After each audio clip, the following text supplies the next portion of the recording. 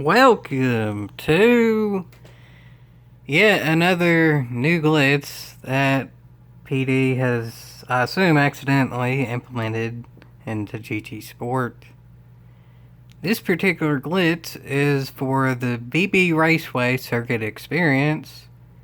On the first lap, you can wall ride and get away with it. I've yet to see anyone do this on the leaderboards, but before I show the video, it needs a bit of context. To begin with, about the not doing anyone doing it on the leaderboards. Since the most recent physics update, the circuit experience leaderboards were not reset. That's kind of annoying because overall the general physics are slightly slower now.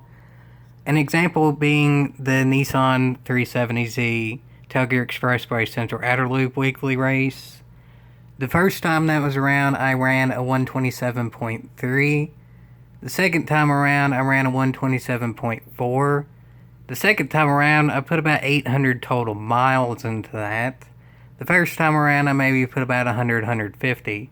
So realistically, the first time around, I could have got about another tenth or two. The second time around, not so much. That's pretty accurate for me because I'm a decent enough driver at Tailgear Expressway Central Outer Loop. Obviously, these are two different tracks, but you can scale down the time for this track. Like, as I said, it's about 2/10 of a difference total for a minute 30 lap. Laps here, let's say roughly 30 seconds, so divide that by 3.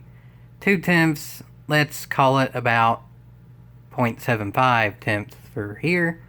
And ultimately, that means that my best time of a 51.6 isn't there anymore because that's the old before the leaderboards got reset for the first time. Now my best time is a 52.071. So let's say what can be realistically ran by me now is a 52.15. The best time in the world right now is a 51.9 something. I can't remember exactly what. But nonetheless, the leaderboard's are really close for this track. Let's say the time is like a 0.92. I can't remember exactly what it was, so let's put that up to about 52 even now would be the best in the world that can be run roughly. And again, no one on the leaderboard seemed to do it because from what I can tell, the leaderboards have not changed since before and after the most recent physics update. Everyone on the leaderboard seems legit. I was on the leaderboards before the first leaderboard reset and after this one, and the person who's top in the world was first in the world before and after. But I may as well show this now because seeing as what happened in the most recent weekly race, the Clios at Goodwood Raceway, seeing how they cut the final turn for that and got away with it, PD fixed that. Maybe if I show this, PD can fix this. Because a lot of circuit experiences in general don't give any tangible things, like it's not qualifying for a certain race or whatever. It's still some pretty nice bragging rights.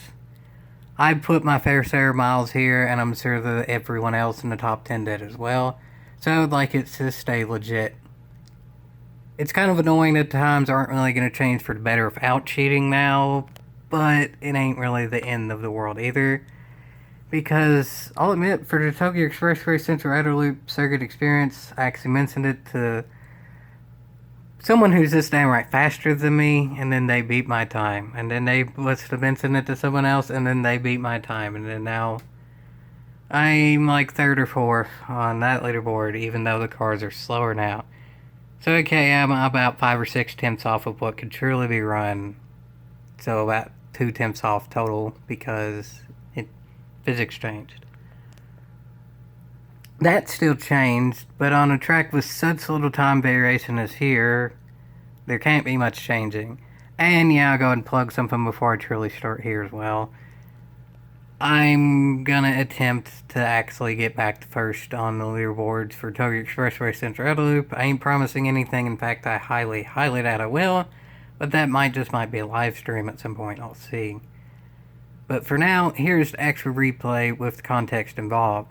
The reason I gave so much context at the beginning is because you all probably already visualized what's happened. You just wall ride the first lap, and it doesn't matter for the second lap because the first lap just doesn't affect the total time of penalty because it resets going into the second lap. It's pretty easy to visualize, but the explanation needed might not be. This is straightforward cheating, and here's the replay. Here's something to mention too. As far as I can tell, when it goes to start here, as y'all can see, it's not quite at the starting line. But then yet the time on the bottom does start when it says start. So as far as I know, the time for the actual lap is starting when you cross the start-finish line, which is already over a second after the actual time starts. Keep that in mind once we get towards the end of the actual replay. As y'all can see here, while riding, just straightforward, that's cheating, no doubt about it. As y'all can see, there is a penalty here, but you'll see in a minute the penalty resets going into the second lap. Also, something to note too, I'm doing this with 13 miles of practice, and I haven't ran this track car combination in a few months now, so aka I can probably get 2 more tenths of a second on this small of a track. But then yet, look what happens here. This lap is a 26.1. Again, there is a penalty, but then look. Actually, I saw it at some point. I'll go back, because I think at some point I turned the camera around, from what I recall. Yeah, there. I did it quickly because I was focusing on making sure I didn't hit a wall while doing it. But eventually I'll pause it correctly and y'all can see what I mean. There. That's how much I'm up on doing a normal lap. That right there is darn near second. There's no denying that. It's straight up cheating while riding there. Again, that's why I gave so much context at the beginning. Because it's pretty straightforward watching it. That's probably near second there. And then on this lap, as y'all can see, the penalty's gone. If you wall rode the second lap, the penalty stays for the second lap, so you don't. You just do it normally. But essentially what I'm saying is, with barely any practice, and I ain't first in the world anyway, I'm a good tenth of a second off of first in the world. I am able to run, wait for it folks, and again, remember there's about a second difference between showing what happens when you cross the line than what's shown here when you cross the line. So therefore I don't cross the line, so my time doesn't count, because I don't want to cheat, is a 51.7. And again, that's about a second difference between actually crossing the line. I'm not right at the line, so let's say I would run a 50.8. Again, the best time in the world is about a 51.9, and that would be hard to beat now because the physics changed. So 52.0 realistically now. AKA, it's about a 1.2 seconds faster while riding than not on this short of a track. It's straight up cheating, and then after this, I just pause. So y'all can definitely see the 51.7 there. And then now to the leaderboards. And again, look at the mileage there, barely done any. And then here's the leaderboards. From what I can tell, everyone in the top 10 for now is legit. I've been able to run fast before and now, and same with the leaders from what I recall. I mean, as y'all can see, those names are probably pretty recognizable, especially for this track. And there you have it. That's a really cotton-picking close leaderboard. If you do the cheat, and not even do it crazily well, you can run about 51 seconds time and again. If you do it perfectly, you can run about a 50.6 from what I can tell. And this is with slower physics now. That's just straight up a cheat. When the best player in the world with faster physics runs a 51.9 But then now a 50.6 is possible with slower physics. That's messed up. It's hard to gauge exactly how much time is made by wall riding because I've only done 13 miles. But it's obvious it's a very much insurmountable amount of time, no matter how good of a driver it is. No one can beat that when someone else cheats. So this is straight up, straightforward, definitely needs fixed.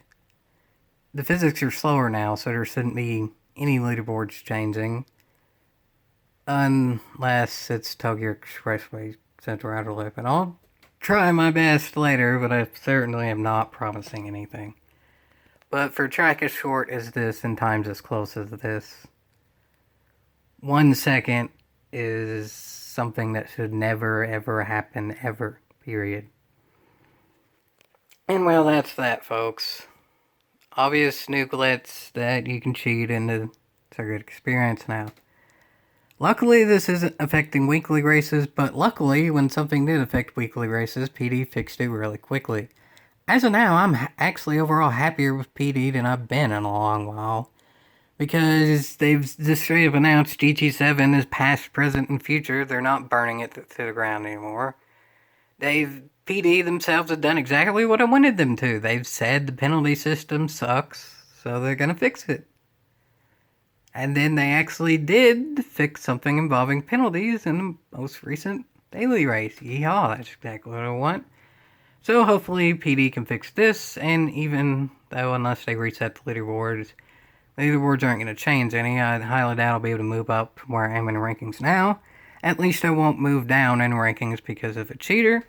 And if this is fixed, this is definitely worth a yeehaw.